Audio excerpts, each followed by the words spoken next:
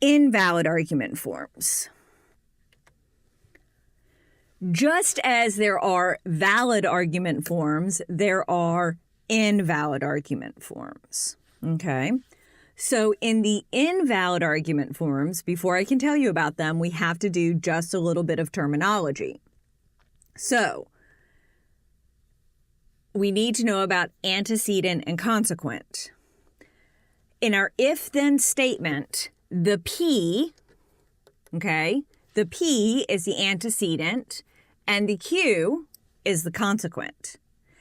So if P, that's the thing that comes first, ante,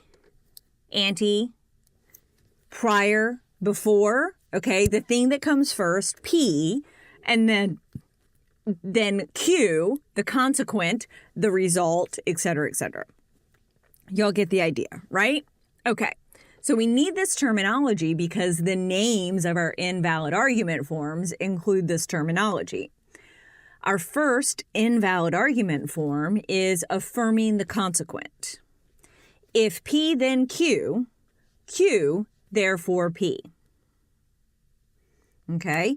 If P, then Q, Q, therefore P. If Fido is a dog, then Fido is a mammal. Fido is a mammal, therefore Fido is a dog. Now, a valid argument form can never have true premises and a false conclusion. Well, could it ever be the case that our premises in this argument are true, but our conclusion is false? Yes, right? Because it's going to be true regardless that if Fido is a dog, then Fido is a mammal. That's true. That is simply a fact of biology. If it's a dog, it's a mammal. Okay? Because dogs are mammals. If you didn't know that, please go back to your biology teachers and apologize. But Fido is a mammal. Fido could be anything, right? Fido could be a cat. Fido could be a dolphin. Fido could be a whale, right? Fido could be anything. So it's true that if Fido is a dog, then Fido is a mammal. Well, imagine that Fido is a cat. Well, it's true that Fido is a mammal, but it is false that Fido is a dog. So we have true premises and a false conclusion. Does that make sense? Okay, so what is the difference between the affirming the consequent argument and the modus ponens argument? All right, how does this argument differ from modus ponens?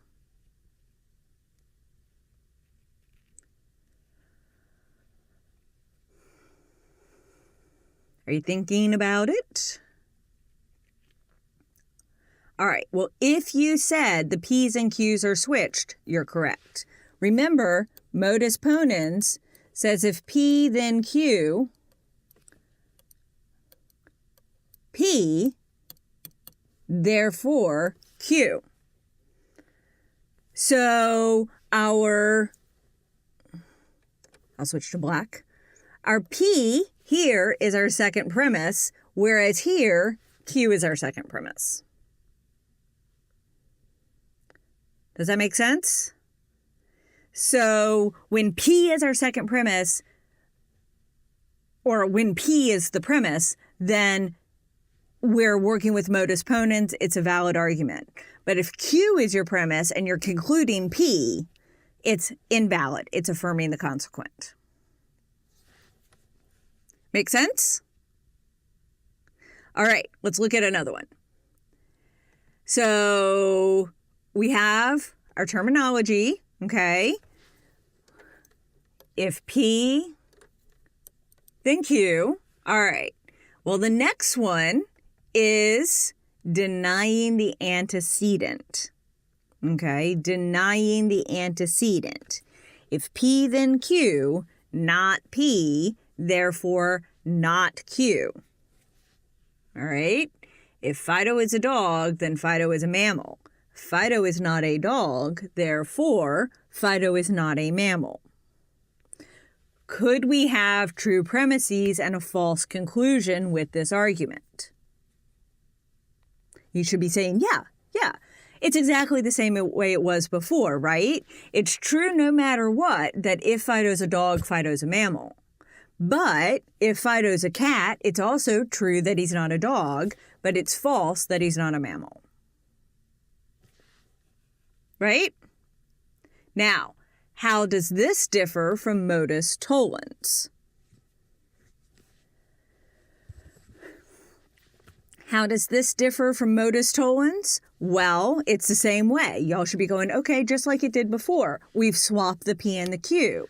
Modus tollens, if P then Q, not Q, therefore not P. Where here, we've said not P, therefore not Q. Okay? Is this making sense?